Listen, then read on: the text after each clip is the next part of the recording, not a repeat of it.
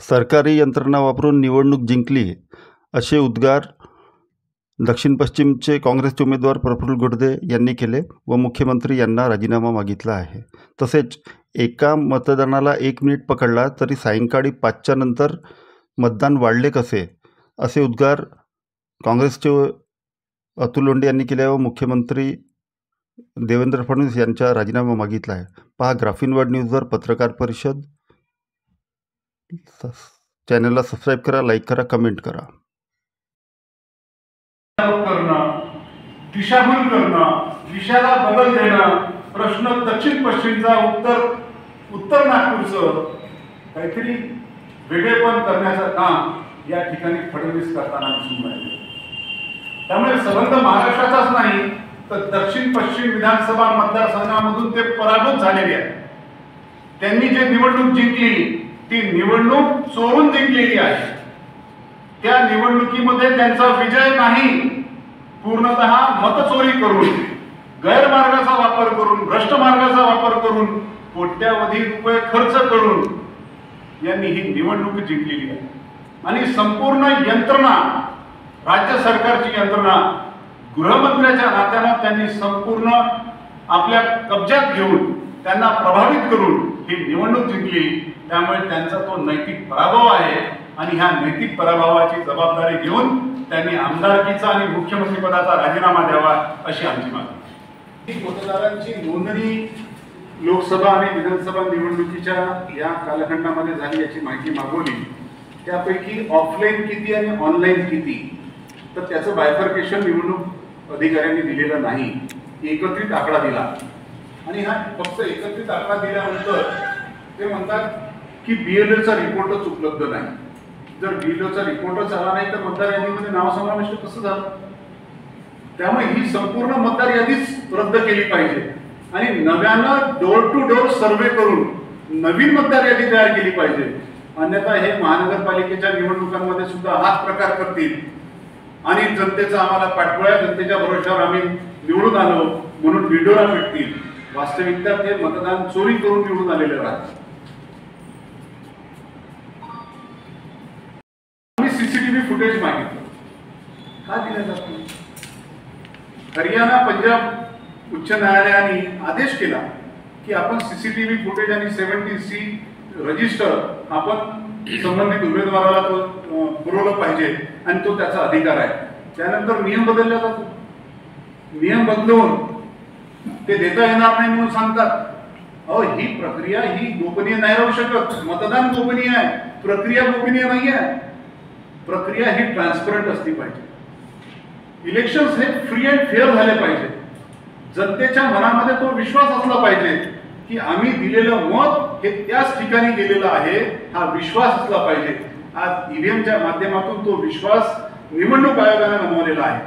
आज जनतेच्या मनामध्ये तो विश्वास नाही की हे लोकशाही आज अबाधित राहील, ही संरक्षित राहील, हा विश्वास आज जनतेच्या मनामध्ये नाही। हा जो प्रश्न आहे हा एकट्या विधानसभा मतदारसंघापुरता नाही, एकंदर संबंध महाराष्ट्रातला, देशातला आणि एकंदर लोकशाहीचा हा प्रश्न आहे।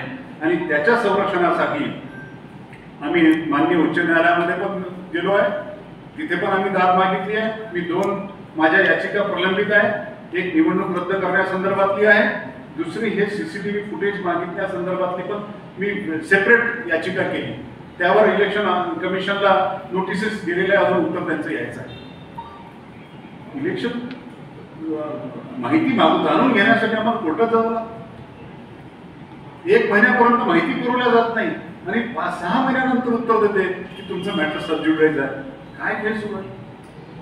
ही लोकशाहीची थट्टा आहे आणि एकंदरीत ही संपूर्ण प्रक्रिया संशयास्पद आहे। सांगतो मतदार कसे आहे, हे मतदार कुठून एकाच नंबरवर इतक्या लोकांचे मतदार नोंदणी कशी झाली हा प्रश्न आहे। याचं उत्तर इलेक्शन कमिशनने देणं अभिप्रेत आहे। हे बोगस आहे की खरे आहे ते इलेक्शन कमिशनने उत्तर द्यायचं आहे। मतदार नोंदणी करण्याची जबाबदारी ही मतदार नोंदणी अधिकाऱ्याची आहे। मतदार नोंदणी अधिकाऱ्यांनी त्याचं उत्तर द्यायचं आहे की एकाच नंबरवरून इतके नंबर मतदार नोंदणी कशी झाली आहे। 40-40, 50-50, 100-100 एका बूथवर 40% अधिक मतदार नोंदणी होऊन राहिली. त्याचं क्रॉस व्हेरिफिकेशन केलं जात नाही. आणि व्हेरिफिकेशन 4% अधिक असेल तर त्याची प्रोसिजर काय असली पाहिजे? त्याला डायरेक्ट मतदार नोंदणी अधिकाऱ्यांनी प्रत्यक्ष त्याचं व्हेरिफिकेशन केलं पाहिजे. माझा प्रश्न आहे की मतदार नोंदणी अधिकाऱ्यांनी किती बूथवर जाऊन किती मतदारांचं व्हेरिफिकेशन केलेलं आहे, होम व्हिजिट केलेली आहे? त्यांनी उत्तर त्यांना द्यायचं आहे. त्याचं उत्तर फडणवीस साहेब देऊन राहिले. बीजेपीची आज पूर्ण फौज लागलेली आहे उत्तर देण्यासाठी मीडियामध्ये. हाईकोर्ट में हमारी 2 पिटिशंस हैं.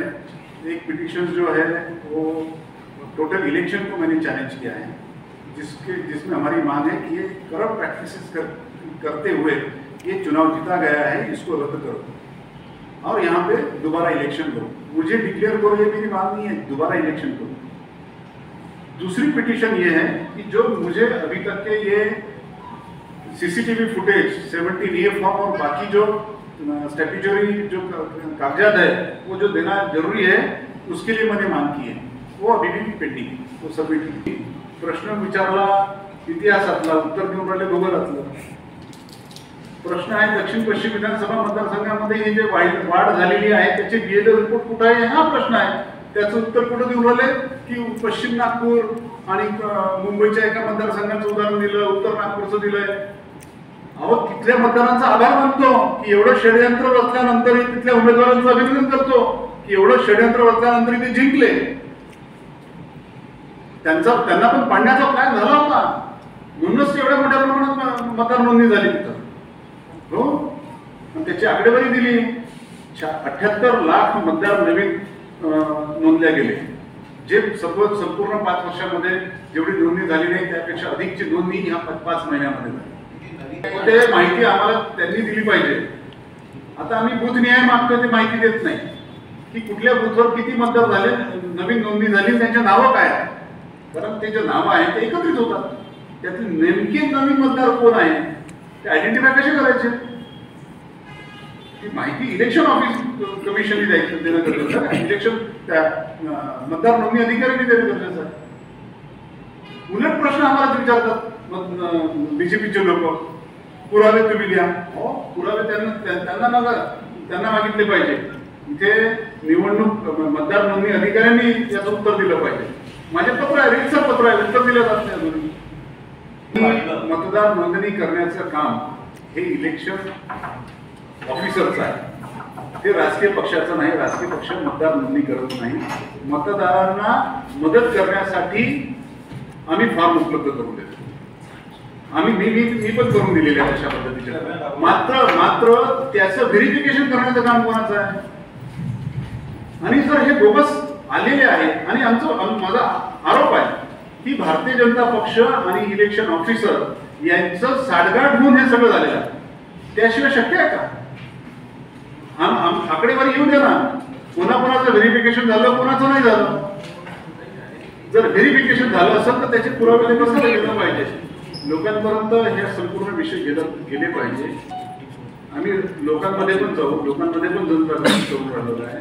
आणि हे जे आहे हे तुम्हाला पूर्ण पुरावे घेऊन गेल्याशिवाय लोकांमध्ये जाता येत नाही. फॅक्शन फिगर घेऊन जावं लागणार, मोगल जाता येत नाही. म्हणून सगळ्या फॅक्शन फिगर आम्ही गोळा करण्यामध्ये प्रयत्न आहे आणि आम्ही लोकांमध्ये पण घेऊ. लोकांमध्ये तुम्ही निवडणूक आयोगाला प्रश्न विचारा, उत्तर बीजेपी देते. बीजेपी निवडणूक आयोगाची प्रवक्ता आहे का याचं उत्तर पहिले सन्मान्य देवेंद्र फडणवीस यांनी द्यावं, पहिली गोष्ट. दुसरी गोष्ट, आमचं त्यांना आव्हान आहे की त्यांनी आम्हाला ठरवावं ना खोटं. त्यांनी सीसीटीव्ही फुटेज 5 वाजता नंतरचं द्यावं. त्यांनी machine readable voter electoral list जी आहे ती द्यावी. आता machine readable voter electoral list म्हणजे काय, तर त्याच्यामध्ये मतदाराचं डिटेल्ड असतं. नुसतं नाव नाही, प्रफुल्ल गुंडे पाटील, अतुल गुंडे पाटील असं नाव नाही, तर त्याच्यासोबत फोटो असतो, त्याचा ॲड्रेस असतो. मग तुम्हाला जर डर नाही तर डर कसला आहे? आणि तुम्हाला सांगतो मी, एजन्सीज कशा सबऑर्डिनेट झालेल्या आहेत. कॅगचा मागे एक रिपोर्ट आला होता. आता हे प्रफुल्ल भाऊ तुम्हाला दाखवत असतं एका मोबाईल नंबरवर किती लोकांचे रजिस्ट्रेशन आहे. म्हणजे एकीकडे डिंगा मारायच्या की आमच्याकडे 100 करोड मोबाईल आहे आणि दुसरीकडे असे गपलेबाजी करायची एका मोबाईलवरून. तसंच आयुष्यमान भारत योजना प्रकल्प एका मोबाईलवरून 7-7 लाख रजिस्ट्रेशन आयुष्यमान भारतचे. काय ऍक्शन घेतली? कॅगने ऍक्शन टेकन रिपोर्ट केला का? नाही केला. 1 किलोमीटरला 232 कोटीचा गडबड घोटाळा द्वारका रोडमध्ये. काय केलं? काही रिपोर्ट नाही केला. आज आम्ही इलेक्शन कमिशनला उत्तर मागतोय, माहिती मागतोय. म्हणजे मी म्हटलं म्हणजे तुम्ही म्हणायचं, उत्तर द्यायचं नाही. म्हणजे चोर के दाढी में तीन काय सरळ सरळ. आम्ही निवडणूक आयोगाला या लोकशाहीमध्ये राईट टू इन्फॉर्मेशन ऍक्ट मध्ये जिथे तुम्हाला वाचून दाखवलं असेल की शेवटी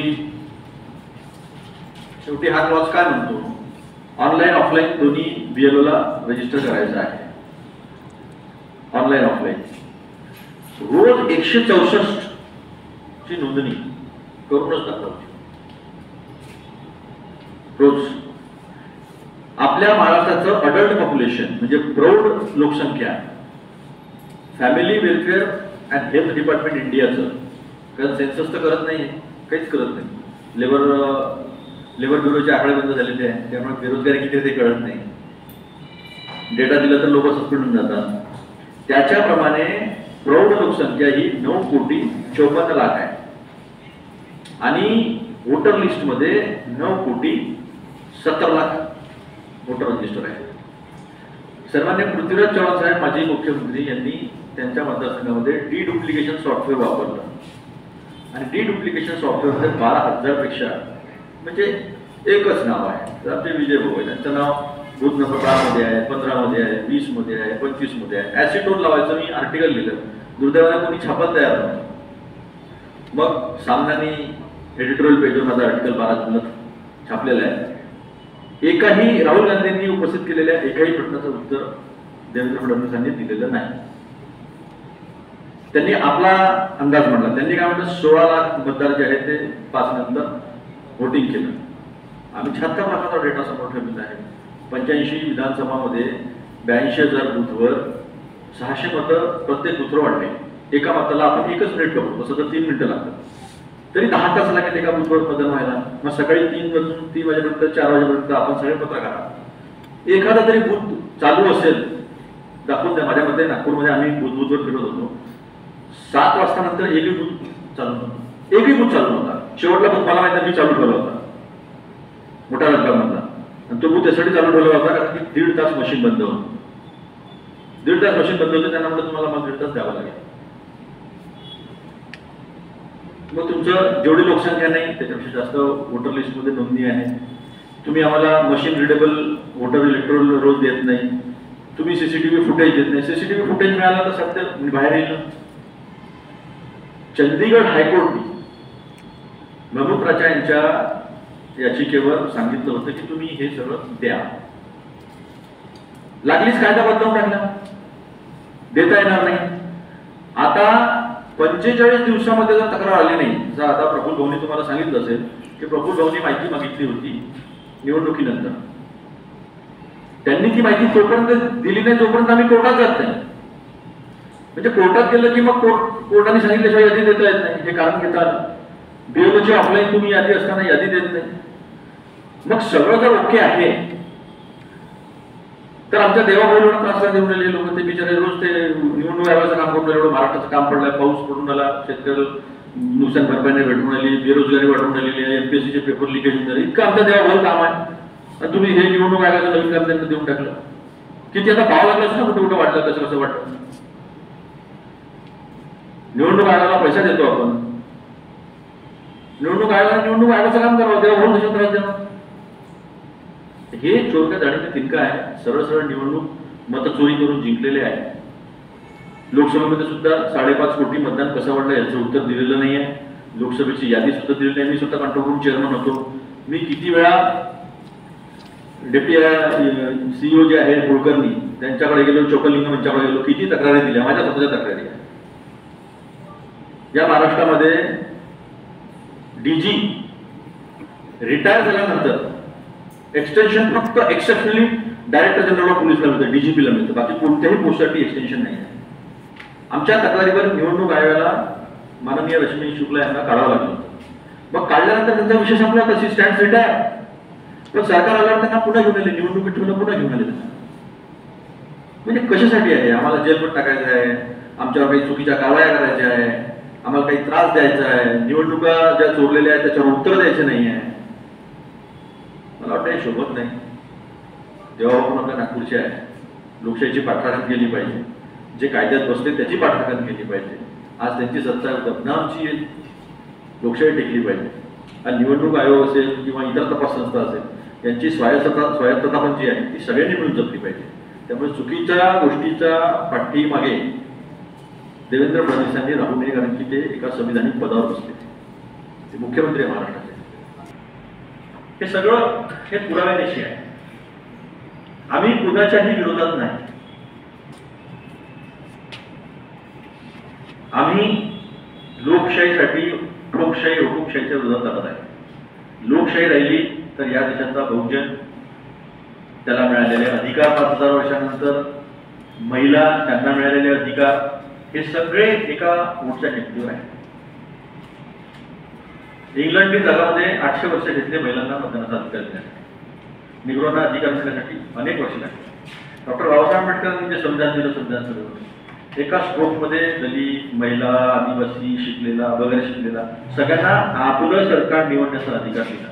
आणि या एका मताची किंमत, तो या देशातला गरीबातला गरीब माणूस असो, याचा अदानी असो, त्याची सारखी आहे. आणि त्याचं संरक्षण करणं हे प्रत्येकाचं काम आहे. एवढीच देवाभाव विनंती आहे. ते जिंकणं हाता वेगळा आहे, पण एका व्यक्तीला ही जी शक्ती दिलेली आहे त्याचं संरक्षण करणं हे प्रत्येक कार्यकर्त्याचं, प्रत्येक नागरिकाचं काम आहे, जे आम्ही करतो आहे. आम्ही कोणाच्या विरोधात नाही. पण हे जे पुरावे आहे, जे निवडणुका चोरणी आहे, सरकार चोरणी आहे, हे योग्य नाही. याच्या विरोधात आम्ही कोणी जर म्हणत असेल किंवा प्रफुल्ल व्यक्तिगत स्वार्थ आहे, असं काही नाही. आम्ही लढणेवाले लोक आहे. पण हे जे होत आहे, ही चोरी थांबवली पाहिजे. त्यांनी आम्हाला खोटं ठरवलं दाखवावं, त्यांनी देऊन टाकावं ते machine readable voter electoral list आणि CCTV फुटेज, कायदे करून प्रवाटा काढू द्या. 45 दिवसाच्या, 1 वर्षाच्या ऐवजी 45 दिवसाचा डेटा ठेवावा. म्हणजे तुम्ही पुरावे शोधतपर्यंत, तुम्ही कोर्टात जातपर्यंत 45 दिवस झाले की पण नंतर डेटा डिलीट झाला. तसं अनेक RTI मध्ये नॉट अवेलेबल यायलाच लागलाय. तर तुम्ही हे सतत अपारदर्शकतेकडे जाण्याचं कारण काय? सतत माहिती लपवण्याचं कारण काय आहे? निवडणूक आयोगाच्या ऐवजी BJP निवडून बोलण्याचं कारण काय आहे? याच्यामध्ये दिसून येतं की निवडणूक चोरलेली आहे. याच्यापेक्षा जास्त मोठा प्रभावाची गरजच नाही.